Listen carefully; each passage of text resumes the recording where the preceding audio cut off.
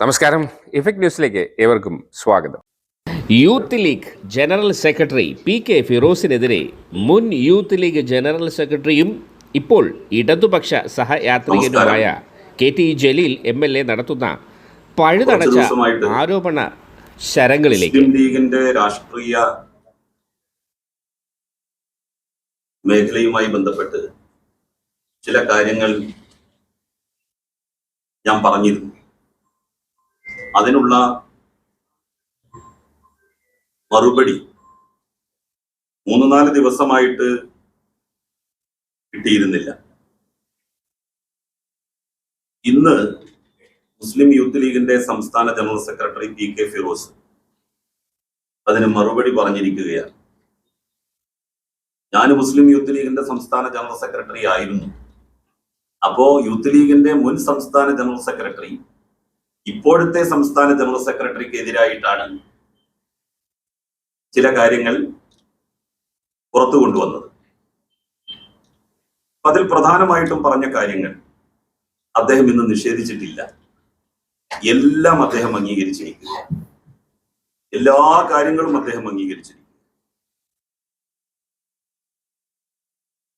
മുസ്ലിം youth ലീഗിന്റെ മുഴുസമയ സംസ്ഥാന general secretary എന്നുള്ള നിലയിൽ അദ്ദേഹം ഇവിടെ പ്രവർത്തിക്കുമ്പോൾ ദുബായിൽ ഫോർച്യൂൺ ഹൗസ് ജനറൽ ട്രേഡിംഗ് എന്ന് പറയുന്ന കമ്പനിയുടെ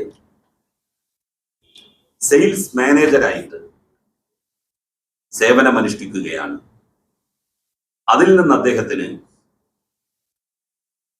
എംപ്ലോയ്മെന്റ് കാർഡ് അനുസരിച്ച്, കോൺട്രാക്ട് അനുസരിച്ച് 20,000 രൂപ സാലറിയും 2,000 ദിർഹം UAE ദിർഹം ട്രാവൽ അലവൻസും ഉണ്ട്. അപ്പൊ 20,000-ഉം 2,000-ഉം 22,000 UAE ദിർഹം അദ്ദേഹത്തിന് ഓരോ മാസവും ശമ്പളമുണ്ട്.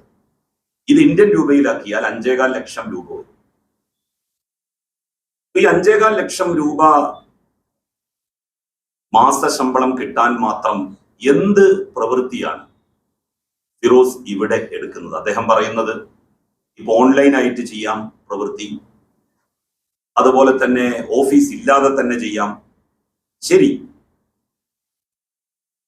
ഭക്ഷണ സാധനങ്ങൾ വിൽക്കുക, ഇതാണ് അദ്ദേഹം ചെയ്യുന്ന പ്രവൃത്തി. ആ കമ്പനിക്ക് വേണ്ടി എത്രമാത്രം എക്സ്പോർട്ടുകൾ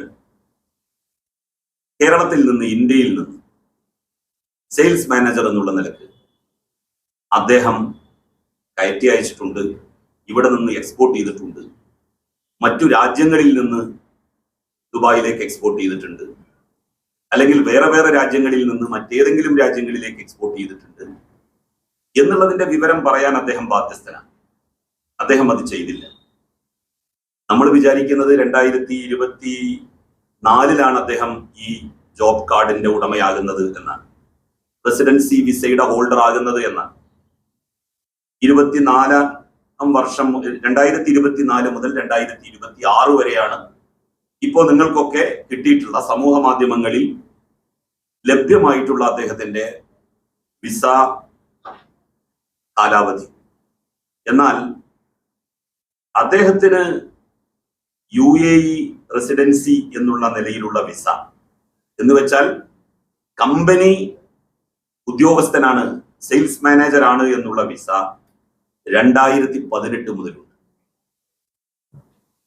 25/3/2018 മുതൽ 19/12/2020 വരെ 19/12/2020 വരെ അദ്ദേഹത്തിന് ഈ കമ്പനിയുടെ സെയിൽസ് മാനേജർ എന്നുള്ള നിലയിലുള്ള വിസ ഉണ്ട്. 19/12/2020, നോട്ട് ദാറ്റ് ഡേറ്റ്. 19/12/2020 കഴിഞ്ഞാൽ പിന്നെ 2021 വരുന്നത്. 2021 മാർച്ച് മാസം അവസാനത്തിലാണ് തെരഞ്ഞെടുപ്പ് വരുന്നത്, നിയമസഭാ തെരഞ്ഞെടുപ്പ്. ആ നിയമസഭാ തെരഞ്ഞെടുപ്പിൽ ശ്രീ ഫിറോസ് താനൂരിൽ നിന്ന് മുസ്ലിം ലീഗിന്റെ UDFന്റെ സ്ഥാനാർത്ഥിയായി മത്സരിക്കുകയാണ്. അങ്ങനെ മത്സരിക്കുമ്പോൾ നോമിനേഷൻ കൊടുക്കേണ്ടി വരുന്ന സമയത്ത് UAE വിസ ഒരു തടസ്സമായി ഉന്നയിക്കപ്പെടുമോ എന്ന് ഭയന്ന് അദ്ദേഹം അത് കുറച്ചു നാളത്തേക്ക് വേണ്ടെന്ന് വെക്കുകയാണ്. എന്നിട്ട് 29/3/2022 മുതൽ 29/3/2022 മുതൽ 18/3/2024 വരെ വീണ്ടും അതേ വിസ അദ്ദേഹം കരസ്ഥമാക്കുകയാണ്. ഒരു ചെറിയ ഇടവേളയ്ക്ക് ശേഷം 18/3/2024 ക്യാൻസലായ അല്ലെങ്കിൽ എക്സ്പയറി ആകുന്ന വിസ അദ്ദേഹം വീണ്ടും പുതുക്കി. അത് 2026 വരെ കാലാവധിയുള്ളതാണ്. 5.25 ലക്ഷം രൂപയാണ് ഓരോ മാസവും അദ്ദേഹത്തിന് ശമ്പളമായിട്ട് കിട്ടിക്കൊണ്ടിരിക്കുന്നത്. ഈ ഓഫീസിന്റെ ലൊക്കേഷൻ അദ്ദേഹം ഒന്ന് പുറത്തുവിടണം. ദുബായിൽ എവിടെയാണ് ഈ കമ്പനിയുടെ ഓഫീസ് പ്രവർത്തിക്കുന്നത് എന്ന വിവരം അദ്ദേഹം പുറത്തുവിടണം. ഞാൻ അന്വേഷിച്ചിടത്തോളം ദുബായിൽ ഇങ്ങനെ ഒരു കമ്പനിയുടെ ബോർഡ് അന്വേഷിച്ച ആർക്കും കണ്ടെത്താൻ കഴിഞ്ഞിട്ടില്ല. ഇനി ഏതെങ്കിലും ഉൾഭാഗത്ത് ഒരു ചെറിയ ബോർഡോ മറ്റോ വെച്ച് അങ്ങനെ ഒരു കമ്പനി ഉണ്ടോ എന്നുള്ളത് അറിയില്ല. ഭക്ഷണ വസ്തുക്കളുടെ വിൽപ്പനയാണ് ഈ കമ്പനി നടത്തുന്നത് എന്നാണ് പറയുന്നത്. എങ്കിൽ ഈ കമ്പനിയുടെ UAE-യിലെ ബിസിനസ് സംബന്ധമായിട്ടുള്ള രേഖകൾ അദ്ദേഹം പുറത്തുവിടണം. അദ്ദേഹം സെയിൽസ് മാനേജർ ആണല്ലോ. ആകെ ഈ കമ്പനിയിൽ 3 ജീവനക്കാരെ ഉണ്ട്. ഒരാള് സെയിൽസ് മാനേജർ, ഒരാള് എക്സിക്യൂട്ടീവ് മാനേജർ, പർച്ചേസ് മാനേജർ, ഒരാള് ഓപ്പറേറ്റിംഗ് മാനേജർ. ഇങ്ങനെ പറഞ്ഞിട്ടുള്ള 3, അത് ഞാൻ ഇന്ന് എൻ്റെ FB-യിൽ ആ 3 ആളുകളുടെ തസ്തികകൾ അത് അവരുടെ സൈറ്റിൽ നിന്ന് എടുത്തിട്ട് തന്നെ കൊടുത്തിരുന്നു. 3 മാനേജർമാർ മാത്രമാണ് ആ കമ്പനിക്കുള്ളത്. പണ്ട് CH മുഹമ്മദ് കോയ സാഹിബ് വിമത ലീഗ് ഉണ്ടായ സമയത്ത് എല്ലാ നേതാക്കന്മാരും അന്ന് അഖിലേന്ത്യാ ലീഗിലാണ്. അഖിലേന്ത്യാ ലീഗിനെ കുറിച്ച് പറഞ്ഞ ഒരു വാചകമാണ് എനിക്ക് ഓർമ്മ വന്നത്. അഖിലേന്ത്യാ ലീഗ് ഡച്ച് പട്ടാളം പോലെയാണ്. All are commander in chiefs. There is no soldiers to fight. യുദ്ധം ചെയ്യാൻ ആളുകളില്ലാത്ത, പട്ടാളക്കാരില്ലാത്ത, വെറും ഒരു കമാൻഡർ ഇൻ ചീഫുകൾ മാത്രമുള്ള സൈന്യമാണ് ഡച്ചുകാരുടേത്. അതുപോലെയാണ് അഖിലേന്ത്യാ ലീഗ് എന്ന് പണ്ട് CH കളിയാക്കി പറഞ്ഞിരുന്നു. സത്യത്തിൽ CH-ന്റെ ആ വാക്കുകൾ പ്രസക്തമാകുന്നത് ഫിറോസിന്റെ കമ്പനിയുമായിട്ട് കൂടി ബന്ധപ്പെട്ടാണ്. 3 മാനേജർമാർ മാത്രമുള്ള കമ്പനി.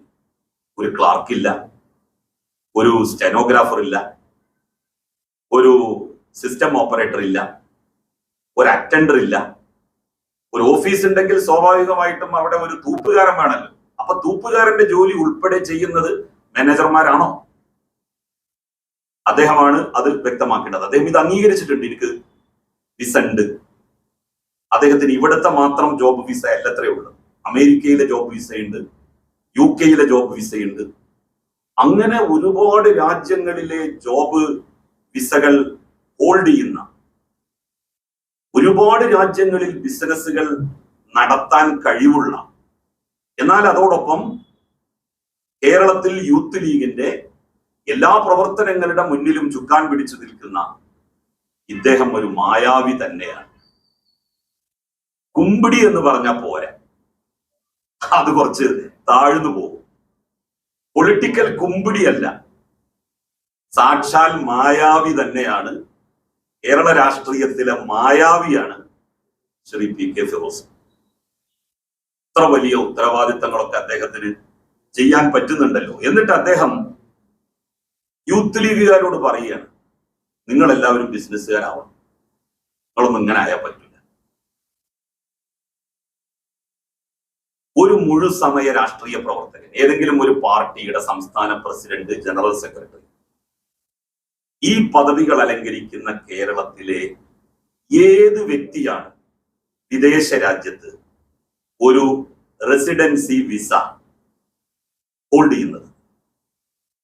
ഏതെങ്കിലും ഒരു യുവജന സംഘടനയുടെ നേതാവ്, ഏതെങ്കിലും ഒരു രാഷ്ട്രീയ പാർട്ടിയുടെ നേതാവ്, ഇങ്ങനെ വ്യത്യസ്ത രാജ്യങ്ങളിൽ ജോബ് വിസ ഹോൾഡ് ചെയ്യുന്നവരായിട്ടുണ്ടോ? അത് മുസ്ലിം ലീഗിന്റെ നേതാക്കന്മാരോടാണ് ചോദിക്കേണ്ടത്. കാരണം അവരുടെ യുവജന സംഘടനയാണല്ലോ യൂത്ത് ലീഗ്. മുസ്ലിം യൂത്ത് ലീഗിന്റെ സംസ്ഥാന പ്രസിഡന്റിന് ജോബ് വിസയുണ്ടോ? ഫിറോസ് വ്യക്തമാക്കട്ടെ. സയ്യിദ് മുനവർ അലി ശിഹാബ് തങ്ങൾക്ക് അദ്ദേഹം യൂത്ത് ലീഗ് പ്രവർത്തകരോട് പറയുന്നത് ആദ്യം പ്രവൃത്തി പദത്തിൽ അദ്ദേഹം കൊണ്ടുവരേണ്ടത് ആരുടെ പ്രവൃത്തി പദത്തിലാണ്? തന്റെ കമ്മിറ്റിയിൽ തന്റെ പ്രസിഡന്റ് ആയിട്ടുള്ള, താൻ ജനറൽ സെക്രട്ടറി ആയ കമ്മിറ്റിയുടെ പ്രസിഡന്റ് ആയിട്ടുള്ള മുനവർ അലി ശിഹാബ് തങ്ങളോടാണ്. മുനവർ അലി ശിഹാബ് തങ്ങൾക്ക് അങ്ങനെ ഒരു ജോബ് വിസ 20,000-ഓ 22,000-ഓ ദിർഹം അഥവാ 5 ലക്ഷത്തിലധികം ഇന്ത്യൻ രൂപ ശമ്പളം പറ്റുന്ന വല്ല വിസയും അദ്ദേഹത്തിനുണ്ടോ? അദ്ദേഹത്തിന്റെ കമ്മിറ്റിയിലെ ട്രഷറർക്കുണ്ടോ? മുസ്ലിം ലീഗിന്റെ സംസ്ഥാന പ്രസിഡന്റ് സാദിഖ് അലി ശിഹാബ് തങ്ങളുടെ ജോബ് വിസയുണ്ടോ? PK കുഞ്ഞാലിക്കുട്ടി സാഹിബിന് ജോബ് വിസയുണ്ടോ ഏതെങ്കിലും രാജ്യത്ത്? PMA സലാമിന് ജോബ് വിസയുണ്ടോ? അപ്പോ ഈ ഉപദേശം അദ്ദേഹം ആരോടാണ് നടത്തേണ്ടത്? ഇവരോടൊക്കെ അല്ലേ? അല്ലെങ്കിൽ ഇവരൊക്കെ ആദ്യം ജോബ് വിസ ഉണ്ടാക്കി സമ്പാദിക്കുന്നു എന്ന് ബോധ്യമായാൽ ഫിറോസിനും യൂത്ത് ലീഗിന്റെ ജനറൽ സെക്രട്ടറിയായ ഞാൻ മാത്രം എന്തിനാണ് വെറുതെ സമ്പാദിക്കാതിരിക്കുന്നത്? ഇവിടെ ഇരുന്നു കൊണ്ട് 5.25 ലക്ഷം രൂപ ശമ്പളം വാങ്ങാൻ ഞാൻ എന്തിനു മടിക്കണമെന്ന് അദ്ദേഹം ആലോചിക്കേണ്ടിയിരുന്നത് അങ്ങനെ ആയിരുന്നെങ്കിലല്ലേ? CH മുഹമ്മദ് കോയ സാഹിബിന് ഇതൊന്നും അറിയില്ലായിരുന്നു. അദ്ദേഹം ഒരു പോയത്തക്കാരനായിരുന്നു എന്നാണ് എനിക്ക് തോന്നുന്നത്. മഹാനായ CH മരിക്കുന്ന സമയത്ത് അദ്ദേഹത്തിന്റെ പുരയിടം, അദ്ദേഹത്തിന്റെ വീടും അദ്ദേഹത്തിന്റെ സ്വത്തും കടത്തിലായിരുന്നു, ബാങ്കിലായിരുന്നു എന്ന് നമ്മൾ കേട്ടിട്ടുണ്ട്. അപ്പൊ CHന് ഫിറോസിന്റെ പോലെ സാമർഥ്യം ഇല്ലാത്തത് കൊണ്ടാകും CH ആ കാലത്ത് മറ്റു ജോലികളിലൊന്നും ഏർപ്പെടാതെ മുസ്ലിം ലീഗിന്റെ വളർച്ചയ്ക്ക് വേണ്ടി യത്നിച്ചതും മുസ്ലിം സമൂഹത്തിന്റെ ഉയർച്ചയ്ക്ക് വേണ്ടി തന്റെ ജീവിതം ഒഴിഞ്ഞുവെച്ചത്. ആ CH അല്ല ഫിറോസിന്റെ രാഷ്ട്രീയ ഗുരു എന്ന് നമുക്ക് മനസ്സിലായി. കാരണം അദ്ദേഹത്തിന്റെ വീക്ഷണം തന്നെ വ്യത്യസ്തമാണ്. യൂത്ത് ലീഗിന്റെ പ്രവർത്തനം ഇവിടെ നടത്തുമ്പോൾ തന്നെ നടത്താം, ജോലി ചെയ്യാം, അതിലൊന്നും തെറ്റില്ല. നമ്മളുടെ നാട്ടില് ഒരു ചെറിയ ജോലി, അത് ഈ പ്രവർത്തനത്തിനിടക്ക് നമുക്ക് നടത്താൻ കഴിയുന്ന ജോലി, എല്ലാവർക്കും ബോധ്യമാകുന്ന ജോലി, ഇതൊക്കെ ചെയ്യാം. പക്ഷെ 5.25 ലക്ഷം രൂപ ശമ്പളം കിട്ടുന്ന ഗൾഫിൽ, അമേരിക്കയിൽ, UK ഒക്കെ ജോബ് വിസ ഉള്ള ഒരാളെ നമ്മൾ എവിടെയാണ് കണ്ടിട്ടുള്ളത്? പിന്നെ അദ്ദേഹം മുസ്ലിം ലീഗിന്റെ മഹാന്മാരായിരുന്ന നേതാക്കൾ KM സീതി സാഹിബ്, അദ്ദേഹവും കോടീശ്വരനായിട്ട് ജനിച്ച് ദരിദ്രനായിട്ട് മരിച്ചുപോയാണ് KM സീതി സാഹിബ്. കേരള നിയമസഭയുടെ സ്പീക്കറായിരുന്നു KM സീതി സാഹിബ്.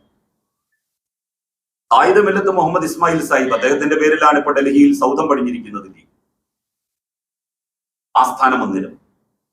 ആയുധമില്ലത്ത് മുഹമ്മദ് ഇസ്മായിൽ സാഹിബിന്റെ വീട്ടില് വരുന്ന ആളുകൾക്ക് ഇരിക്കാൻ, കാമരാജാണെന്ന് തോന്നുന്നു ഒരിക്കൽ ആയുധമില്ലത്ത് മുഹമ്മദ് ഇസ്മായിൽ സാഹിബിനെ കാണാൻ വേണ്ടി വന്നപ്പോൾ അദ്ദേഹത്തിന്റെ വീട്ടിൽ ഇരിക്കാൻ ഒരു ചെയർ ഉണ്ടായിരുന്നില്ല എന്നാണ് പറയുന്നത്. അവരൊക്കെ പോയത്തക്കാരായിരുന്നു, മോശ ആൾക്കാരായിരുന്നു എന്നാണല്ലോ ഫിറോസ് പറയുന്നത്. തന്നെ പോലെ ചിന്തിക്കണം. യൂത്ത് ലീഗിന്റെ മുഴുവൻ പ്രവർത്തകരോടും അദ്ദേഹം അങ്ങനെയാണ് ഉപദേശിച്ചിരിക്കുന്നത്. എന്നോട് ബിസിനസ് ചെയ്യാനാണ് ഇപ്പൊ പറയുന്നത്. ഉപദേശം. എനിക്കൊരു ജോലി ഉണ്ടായിരുന്നു, ഞാനൊരു കോളേജ് അധ്യാപകനായിരുന്നു. 2006 കേരള നിയമസഭയിലേക്ക് ഞാൻ മത്സരിക്കുന്ന സമയത്ത് എയ്ഡഡ് കോളേജിൽ, തിരൂരങ്ങാടി PSMO കോളേജിൽ ചരിത്ര വിഭാഗത്തിൽ ലെക്ചററായിട്ട്, സീനിയർ ലെക്ചററായിട്ട് പ്രവർത്തിക്കുകയായിരുന്നു ഞാൻ. അന്നാണ് യൂത്ത് ലീഗിന്റെ സംസ്ഥാന ജനറൽ സെക്രട്ടറി എന്നുള്ള നിലയിൽ ചില അഭിപ്രായ വ്യത്യാസങ്ങൾ അന്നത്തെ മുസ്ലിം ലീഗിന്റെ നേതൃത്വവുമായിട്ടുണ്ടാവുകയും ഗുജറാത്ത് ഫണ്ട്, സുനാമി ഫണ്ട് പോലുള്ള കാര്യങ്ങളിൽ വ്യക്തത വേണമെന്ന് ഞാൻ മുസ്ലിം ലീഗിന്റെ സംസ്ഥാന കമ്മിറ്റിയിൽ ആവശ്യപ്പെടുകയും ചെയ്തതിന്റെ പേരിൽ പാർട്ടിയിൽ നിന്ന് പുറത്താക്കപ്പെട്ടു. അതേ തുടർന്നാണ് ഞാന്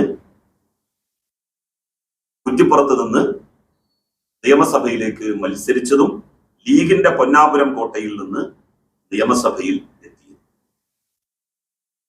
എന്നോടല്ല ഈ ജോലിയുടെ കാര്യം അദ്ദേഹം പറയേണ്ടത്. അദ്ദേഹത്തിന് ഒരു പ്രൊഫഷൻ ഉണ്ടല്ലോ.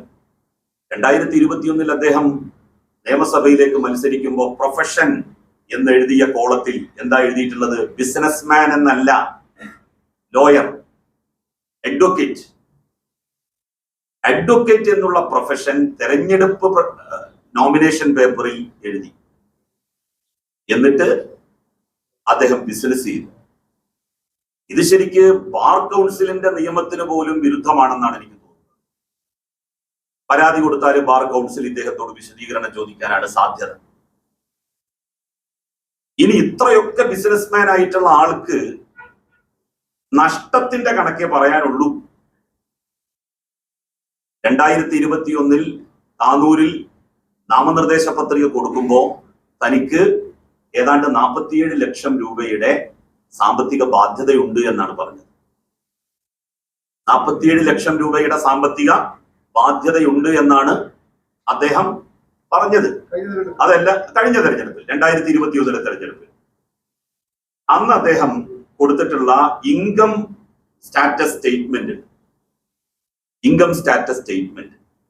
ആ ഇൻകം സ്റ്റാറ്റസ് സ്റ്റേറ്റ്മെന്റിൽ അദ്ദേഹം പറയുന്നത് 2021 വർഷത്തിൽ അദ്ദേഹത്തിന് ആകെ വരുമാനം 3,98,324 രൂപ. 3,98,324 രൂപ.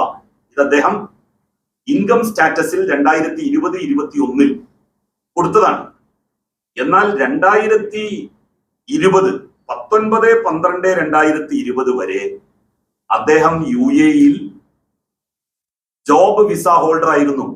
22,000 UAE ദിർഹം ശമ്പളത്തിൽ 2020 12-ാം മാസം വരെ അദ്ദേഹം ജോലി ചെയ്തിട്ടുണ്ട്. രേഖയനുസരിച്ച് വെറും 3 മാസത്തിനുള്ളിൽ ജനുവരി, ഫെബ്രുവരി, മാർച്ച്, ഏപ്രിൽ മാസത്തിലാണല്ലോ 3-ാം മാസം അല്ലെങ്കിൽ 4-ാം മാസം നോമിനേഷൻ കൊടുക്കുന്നത്. ആ നോമിനേഷൻ കൊടുക്കുന്ന സമയത്ത് അദ്ദേഹത്തിന് 2020-21 സാമ്പത്തിക വർഷം ഉള്ള ഇൻകം എന്ന് പറയുന്നത്, വരുമാനം എന്ന് പറയുന്നത് 3,98,324. ഇതൊന്നും അങ്ങ് ഒത്തുപോകുന്നില്ലല്ലോ. എന്താണിത്? എവിടെ നിന്നാണ് ഈ പണം? കൊപ്പത്തെ എമ്മിയുടെ ഔട്ട്ലെറ്റ് അദ്ദേഹത്തിൻ്റെതാണ് എന്ന് അദ്ദേഹം സമ്മതിച്ചു. അദ്ദേഹത്തിൻ്റെതാണെങ്കിൽ അദ്ദേഹത്തിന്റെ പേരിലാക്കിക്കൂടെ? എന്താ അദ്ദേഹത്തിന്റെ പേരിലാക്കാൻ അദ്ദേഹത്തിന് ഇത്ര മടി? എല്ലാം ബിനാമികളുടെ പേരിലാവണോ? കോഴിക്കോട്ട് ഹൈലൈറ്റ് മാളിലെ എമ്മിയുടെ മറ്റൊരു ഷോപ്പ്, ഒരു എമ്മിയുടെ ഷോപ്പ് തുടങ്ങാൻ എത്ര ലക്ഷം രൂപ വേണമെന്നാണ് നിങ്ങൾ കരുതുന്നത്? ഏറ്റവും ചുരുങ്ങിയത് 35 ലക്ഷം രൂപയാണ്.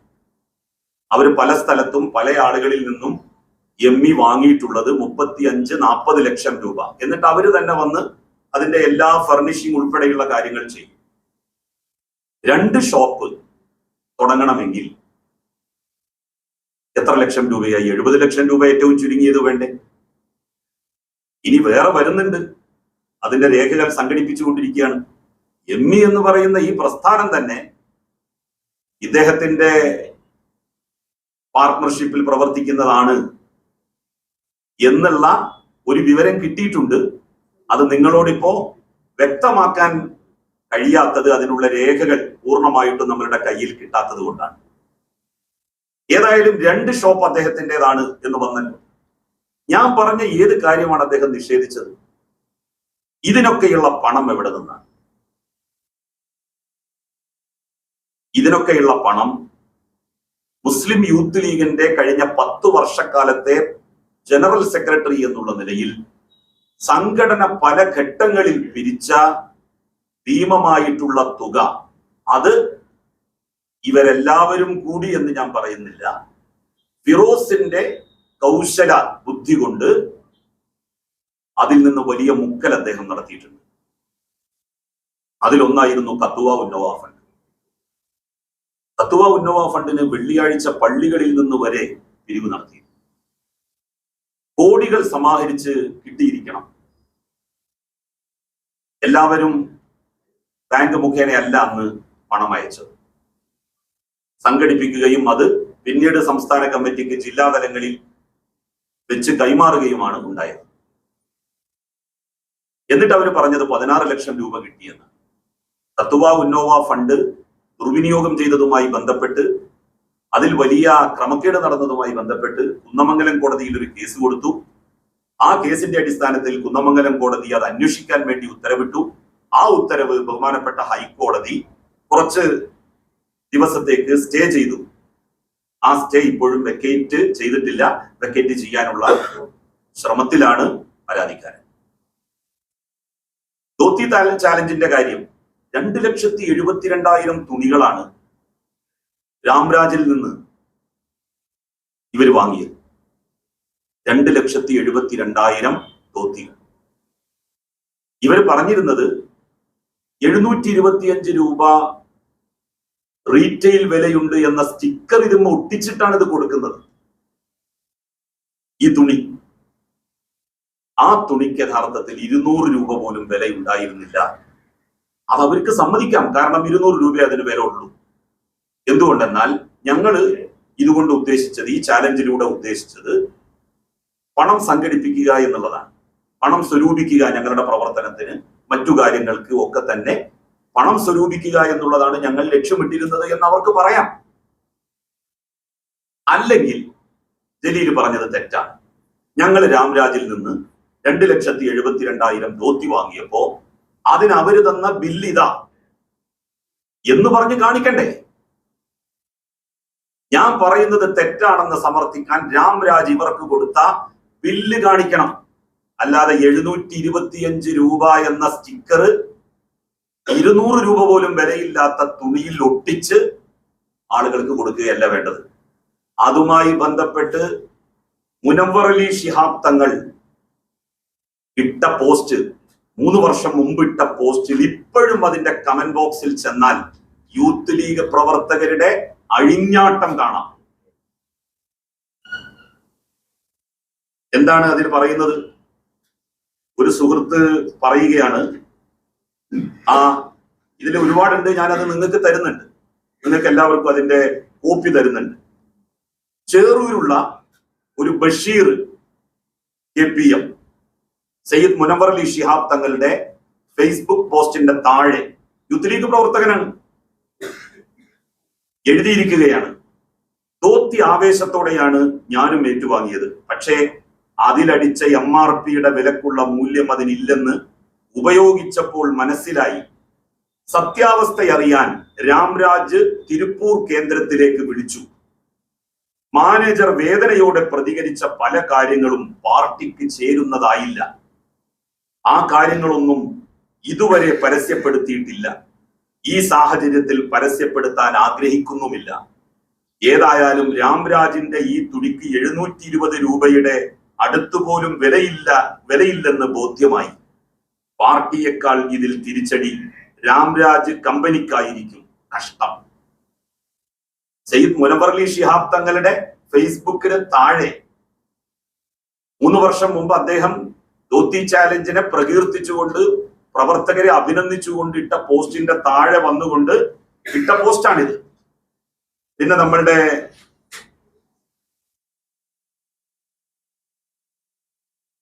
നിരവധി പോസ്റ്റുകളുണ്ട്. പാലത്തിങ്ങൽ, ഒക്കെ മുനവ്വർ അലി ശിഹാബ് തങ്ങളുടെ പോസ്റ്റിന് താഴെയുള്ള പോസ്റ്റുകളാണ്. മുണ്ടുകൾ എല്ലാ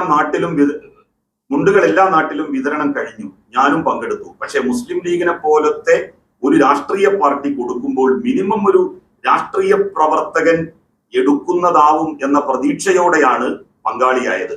തീർത്തും വ്യത്യസ്തമായിരുന്നു. വെറും ഒരു പോളിസ്റ്റർ തുണിയാണ് എല്ലാ ആളുകൾക്കും കിട്ടിയത്. ഇത് വേണ്ടായിരുന്നു.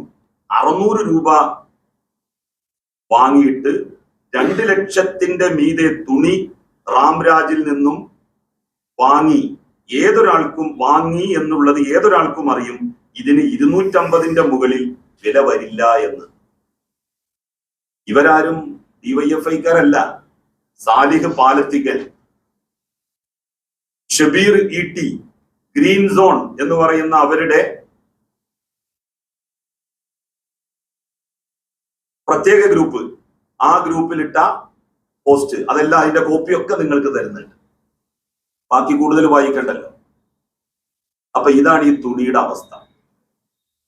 നമ്മൾ സാധാരണ ഒരു ചാലഞ്ച് നടത്തുമ്പോൾ പറയും എന്ത്, 600 രൂപ, അതിൽ 200 രൂപ പാർട്ടിക്കായിരിക്കും, ബാക്കി 400 രൂപക്ക് ഞങ്ങള് റീറ്റെയിലിൽ 600 രൂപക്ക് കിട്ടുന്ന തുണി 400 രൂപക്ക് വാങ്ങി നിങ്ങൾക്ക് തരും. അപ്പൊ ഈ ആളുകളെ സംബന്ധിച്ചിടത്തോളം റീറ്റെയിൽ ആയിട്ടൊരു തുണി പോയി എടുക്കുമ്പോൾ കിട്ടുന്ന അല്ലെങ്കിൽ മുടക്കേണ്ടി വരുന്ന തുകയെ അവർ മുടക്കേണ്ടതുള്ളൂ.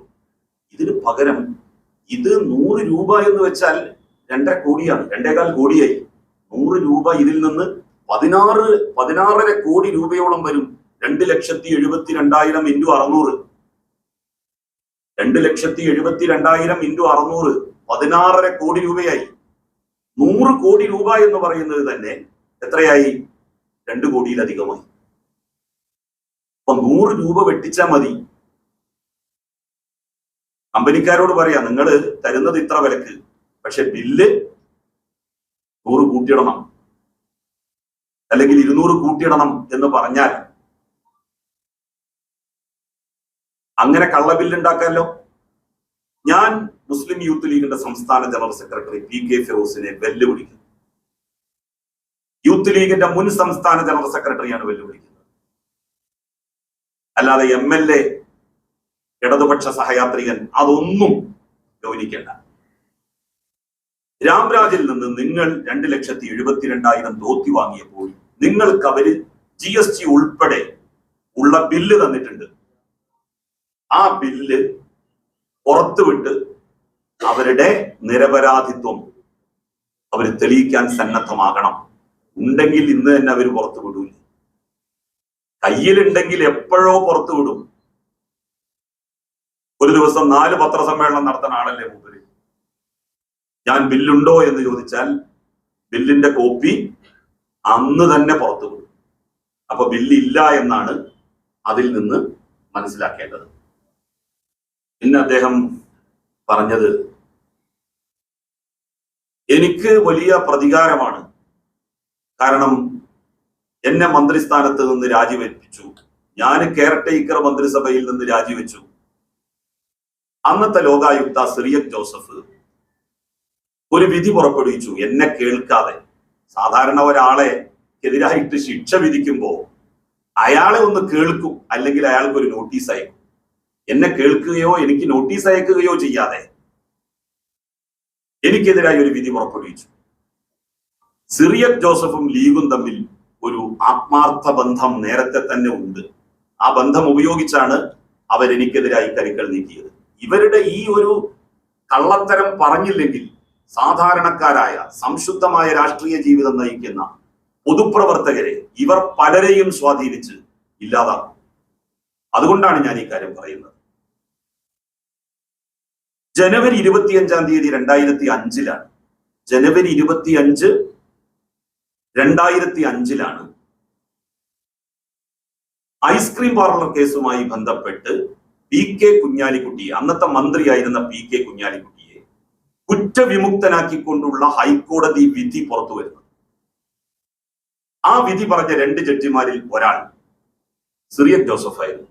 ഇതൊക്കെ നേരത്തെ ഞാൻ തന്നിട്ടുണ്ട്, നിങ്ങൾക്ക് എത്രയോ പറഞ്ഞിട്ടുണ്ട്. സിറിയക് ജോസഫ് ആയിരുന്നു കുഞ്ഞാലിക്കുട്ടിയെ അന്ന് ഐസ്ക്രീം പാർലർ കേസിൽ നിന്ന് കുറ്റവിമുക്തനാക്കിക്കൊണ്ട് വിധി പറഞ്ഞ 2 ജഡ്ജിമാരിൽ ഒരാൾ. ഡേറ്റ് നോട്ട്, ജനുവരി 25, 2005. അടുത്തത്, ഇതിന് പ്രതിഫലമായി സിറിയക് ജോസഫിന് കിട്ടിയത് എന്താണ്? Note the date, 2004 15/11/2004 15/11/2004 Cyriac Joseph നല്ല വളവനാണ്. കാരണം സാധനം കൈക്കലാക്കിയിട്ടേ വിധി കൊടുത്തുള്ളൂ. അല്ലെങ്കിൽ മൂപ്പർക്ക് അറിയാം വിധി ആദ്യം കൊടുത്താൽ പിന്നെ ലീഗേര് പറ്റിക്കുന്നു. അതുകൊണ്ട് തന്റെ അനുജ സഹോദരൻ ജെയിംസ് ജോസഫിന്റെ ഭാര്യ ജാൻസി ജെയിംസിനെ മഹാത്മാഗാന്ധി യൂണിവേഴ്സിറ്റിയുടെ വൈസ് ചാൻസലറാക്കി അന്നത്തെ ലീഗ് മന്ത്രി നിയോഗിച്ചു. ഈ കേസ് 2004 ഇതിനു മുമ്പാണ് വലിയ കോളിളക്കം സൃഷ്ടിച്ചു വരുന്നത്. ഹൈക്കോടതിയിൽ ഈ കേസ് ഫയൽ ചെയ്യപ്പെടുന്നതൊക്കെ 11ാം മാസത്തിന് മുൻപാണ്. അപ്പൊ ഇങ്ങനെ ഒരു കേസ് വരാൻ വേണ്ടി പോകുന്നു. അപ്പോ ജെയിംസ് ജോസഫ് ആള് നല്ല മിടുക്കനാണ്. കാരണം അദ്ദേഹം 3-3.5 കൊല്ലം സുപ്രീം കോടതിയിൽ ഇരുന്നിട്ട് ആകെ 7 വിധിയാണ് പുറപ്പെടുവിച്ചിട്ടുള്ളത്.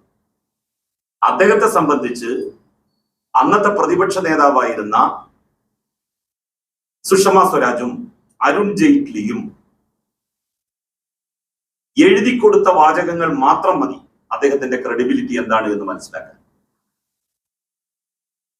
അങ്ങനെയുള്ള ജെയിംസ് ജോസഫിനെ ആ വഴിക്ക് പിടിച്ചു. ജെയിംസ് ജോസഫിന് അന്ന് പണം കൊണ്ടുപോയി കൊടുത്ത ആൾ എന്നോട് സമ്മതിച്ചിട്ടുണ്ട്, ഞാനാണ് അന്ന് പണം കൊണ്ടുപോയി കൊടുത്തത്. അപ്പൊ പൈസയും വാങ്ങി മൂപ്പര് അനുജന്റെ ഭാര്യക്ക് വൈസ് ചാൻസലർഷിപ്പും വാങ്ങിയെടുത്തു. ഞാനിത് എത്രയോ മുമ്പ് പറഞ്ഞിട്ടുണ്ട്. ഞാൻ വെല്ലുവിളിക്കുകയാണ് ജെയിംസ് ജോസഫിനെയും അതുപോലെ തന്നെ സിറിയക് ജോസഫിനെയും. എനിക്കെതിരായിട്ട് ഒരു വക്കീൽ നോട്ടീസ് അയക്കുക. ഈ തെളിവൊക്കെ തന്നെ ഞാൻ അനുഭവസ്ഥനാണ് ആ കാര്യത്തിൽ. അങ്ങനെ എനിക്കൊരു നോട്ടീസ് അയക്കാതെ, എന്നെ കേൾക്കാതെ വിധി പറഞ്ഞു. ഹൈക്കോടതി പോയപ്പോ ഹൈക്കോടതി പറഞ്ഞത് അതിന്റെ മെറിറ്റിലേക്ക് കടക്കുകയല്ല ചെയ്തത്. നിലവിലുള്ള ലോകായുക്ത നിയമം അനുസരിച്ച് ലോകായുക്തക്ക് ഇതിനുള്ള അധികാരമുണ്ട്. അതിന്റെ അപ്ലറ്റ് അതോറിറ്റി ആയിട്ട് നമുക്ക് ഒരു കോടതിയെയും വന്ന് നിശ്ചയിച്ചിട്ടില്ല. ആ നിയമമാണ് ഇപ്പൊ മാറ്റിയത്. ലോകായുക്ത വിധി പറഞ്ഞാൽ അത് ഫൈനലാണ്.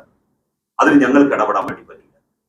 നിങ്ങൾ നിയമം മാറ്റാണ് വേണ്ടത്. അല്ലാതെ നിലവിലുള്ള അത്തരത്തിലുള്ള ഒരു നിയമം നിലനിൽക്കെ അത് ചോദ്യം ചെയ്ത് നിങ്ങൾ എങ്ങനെ ഹൈക്കോടതിയിൽ വരുമെന്നാണ് ചോദിച്ചത്. സുപ്രീം കോടതി എന്താ പറഞ്ഞത്?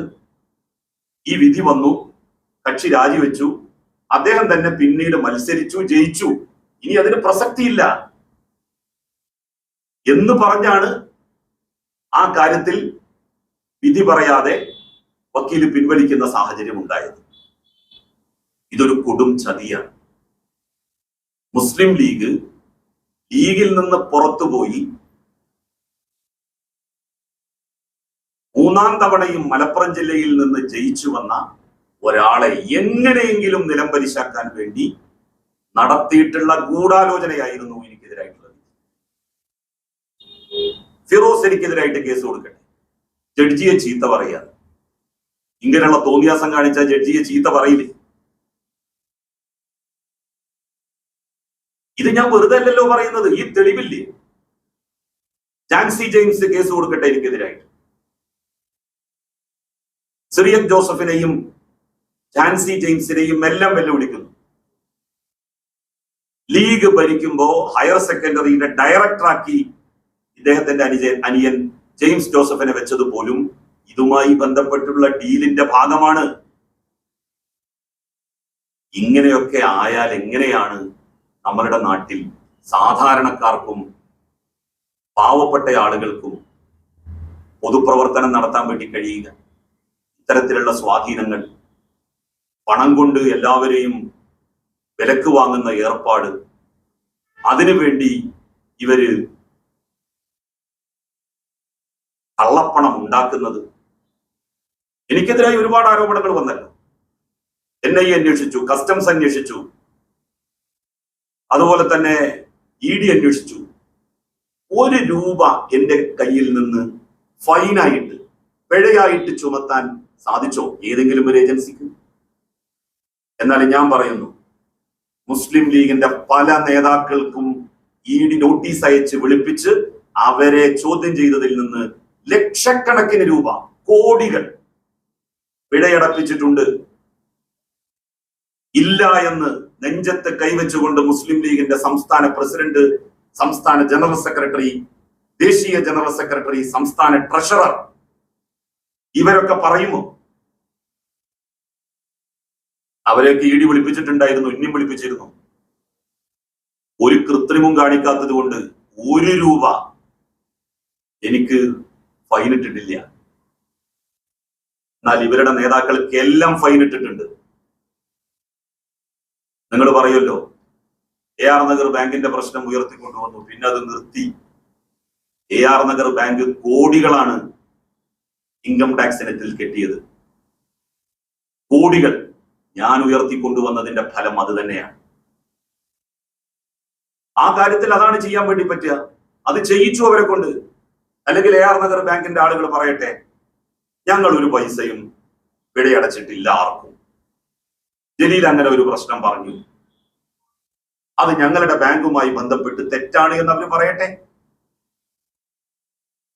പറയുമെങ്കിൽ അടുത്ത നിമിഷം ഞാൻ വിളിക്കും പത്രസമ്മേളനം. അവരൊരു പത്രസമ്മേളനം നടത്തട്ടെ.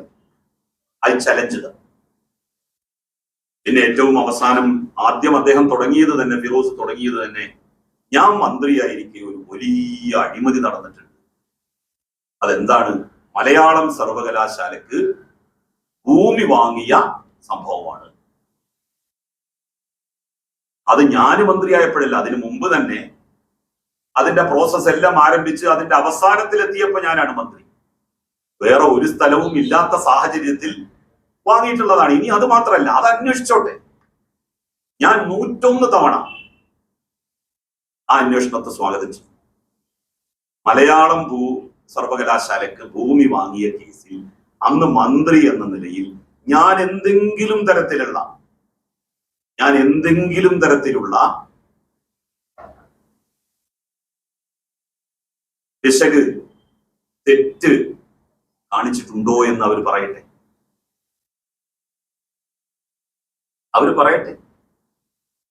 എനിക്കതിൽ ഒരു ഭയവുമില്ല. ലോകത്തിലെ ഏത് ഏജൻസിയെ കൊണ്ട് വേണമെങ്കിലും അന്വേഷിപ്പിക്കാം. ഫിറോസ് പരാതി കൊടുക്കട്ടെ, CBIക്ക് കൊടുക്കട്ടെ, എന്നിട്ട് എനിക്കെതിരായിട്ട് അന്വേഷണം നടക്കട്ടെ.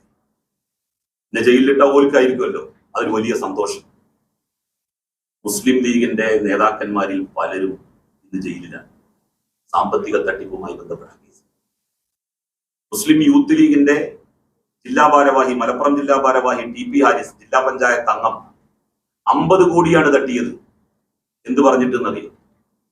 ഇവന്റെ ഒരു അനുയായിയാണ്, ഫിറോസിന്റെ അനുയായിയാണ് ഈ TP ഹാരിസ്. വളരെ അടുത്ത അനുയായി. അവന്റെ ഉപദേശം യഥാവിധി നടപ്പിലാക്കിയ ആളാണ് TP ഹാരിസ്. അവരുടെ ഫേസ്ബുക്ക് പോസ്റ്റുകൾ പോയിട്ട് നോക്കിയാൽ അറിയാം ഫിറോസും TP ഹാരിസും തമ്മിലുള്ള ബന്ധം. ഈ TP ഹാരിസ് ജയിലിലാണ്, അവനൂർ സെൻട്രൽ ജയിലിലാണ് അദ്ദേഹം. അതുപോലെ തന്നെ കമറുദ്ദീൻ മാസങ്ങൾ ജയിലിലായിരുന്നു. ഇന്നലെയാണ് ഇപ്പോൾ അദ്ദേഹത്തിന് ഏതോ ഒരു കേസിൽ ജാമ്യം കിട്ടിയത്. ജാമ്യം കിട്ടുക, അടുത്ത കേസിൽ വീണ്ടും പോവുക. MLA ആയിരുന്നു, പുറത്താക്കിയോ ലീഗ്? സാമ്പത്തിക തട്ടിപ്പ് മുസ്ലിം ലീഗിൽ പുറത്താക്കലിന് ഒരു മാനദണ്ഡമേ അല്ല എന്നുള്ളത് ലീഗ് കുറെ കാലങ്ങളായിട്ട് തെളിയിച്ചുകൊണ്ടിരിക്കുകയാണ്. അപ്പോ ഇതൊക്കെയാണ് മുസ്ലിം ലീഗിൽ ഇപ്പോൾ നടന്നുകൊണ്ടിരിക്കുന്നത്. ഞാൻ പറഞ്ഞല്ലോ, ഏത് അന്വേഷണത്തെയും സർവകലാശാലയുടെ ഭൂമി വാങ്ങിയതുമായി ബന്ധപ്പെട്ട് നേരിടാൻ ഞാൻ ഒരുക്കമാണ്. എനിക്കതിലൊരു ഭയവും ഇല്ല. എന്തൊക്കെയായിരുന്നു ഇവർ പറഞ്ഞിരുന്നത്? ഖുർആനിൽ സ്വർണം കടത്തി, താരക്കന്റെ കുരുവിൽ സ്വർണം കടത്തി. ഈ ഖുർആൻ അങ്ങോട്ട് പോകുമ്പോ അത് തൃശ്ശൂരിൽ വെച്ചതിന്റെ GPS കേടായി, എന്നിട്ടത് ബാംഗ്ലൂരിലേക്കാണ് പോയത്. വല്ല കാര്യം ഉണ്ടായോ ഇവര് അങ്ങനെ പറഞ്ഞിട്ട്? എത്ര ആളുകൾക്ക് അടി കിട്ടിയെന്നറിയാം. എന്റെ വീട്ടിന്റെ അടുക്ക് അതിന്റെ പേരില് ജാഥ നടത്തിയിട്ട്, അക്രമാസക്തമായി ജാഥ, പോലീസ് തടഞ്ഞു. സ്വാഭാവികമായിട്ടും എന്തിനായിരുന്നു ഇതൊക്കെ? ഈ കള്ളത്തരങ്ങളൊക്കെ അവരെനിക്കെതിരായിട്ട് പറഞ്ഞു പ്രചരിപ്പിച്ചു. ഞാനൊരു 10 പൈസ അങ്ങനെ ആരുടെയെങ്കിലും മുക്കും എന്ന് അവർക്ക് ബോധ്യം ഉണ്ടായിരുന്നെങ്കിൽ അവർക്കത് പറയാമായിരുന്നു. ഇല്ല എന്ന് അവർക്ക് തന്നെയാണ് ഏറ്റവും കൂടുതൽ. കാരണം ഞാൻ യൂത്ത് ലീഗിന്റെ ജനറൽ സെക്രട്ടറി ആയിരുന്നല്ലോ. ഇങ്ങനെ ഒരാക്ഷേപം ആരെങ്കിലും എന്നെ കുറിച്ച് അന്ന് പറഞ്ഞതായിട്ട് ആരെങ്കിലും കേട്ടിട്ടുണ്ടോ? പൊതുപ്രവർത്തനം സംശുദ്ധമാകണമെന്ന് വിശ്വസിക്കുന്ന ഒരാളാണ്. എന്റെ ബന്ധുവിനെ, പണിയില്ലാത്ത തൊഴിലില്ലാത്ത ബന്ധുവിനെ തിരികെ കയറ്റി എന്നാണല്ലോ പറയുന്നത്. ഞാൻ തൊഴിലില്ലാത്ത ആരെയും കയറ്റിയില്ല. 1 വർഷത്തെ ഡെപ്യൂട്ടേഷനാണ്. 1 കൊല്ലം ഡെപ്യൂട്ടേഷൻ കൊടുത്തതിനാണ് ഈ വധശിക്ഷ വിധിച്ചത്. അയാളിപ്പോ ആ യോഗ്യത ഇല്ല എന്ന് പറഞ്ഞ ആളിപ്പോ കേന്ദ്ര പൊതുമേഖലാ സ്ഥാപനമായിട്ടുള്ള ബാങ്ക് ഓഫ് ബറോഡയുടെ കൊച്ചിയിലെ ചീഫ് മാനേജറാണ്. മോശക്കാരനാണെന്ന് പറഞ്ഞ ആള് അന്ന് സൗത്ത് ഇന്ത്യൻ ബാങ്കിലായിരുന്നു. ഇപ്പൊ അദ്ദേഹം ബാങ്ക് ഓഫ് ബറോഡയുടെ കൊച്ചിയിലെ ചീഫ് മാനേജറാണ്. അവനത് ആവാതിരുന്നത് നന്നായി. 15 ദിവസം കഴിഞ്ഞപ്പോൾ രാജിവെച്ച് പോയി. വാങ്ങിയ ശമ്പളം തിരിച്ചു കൊടുത്തു. അങ്ങനെ ചത്ത കുട്ടിയുടെ ജാതകം നോക്കിയിട്ടാണ് സിറിയക് ജോസഫ് എന്നെ കുറ്റക്കാരനായിട്ട് അന്ന് പ്രഖ്യാപിച്ചത്.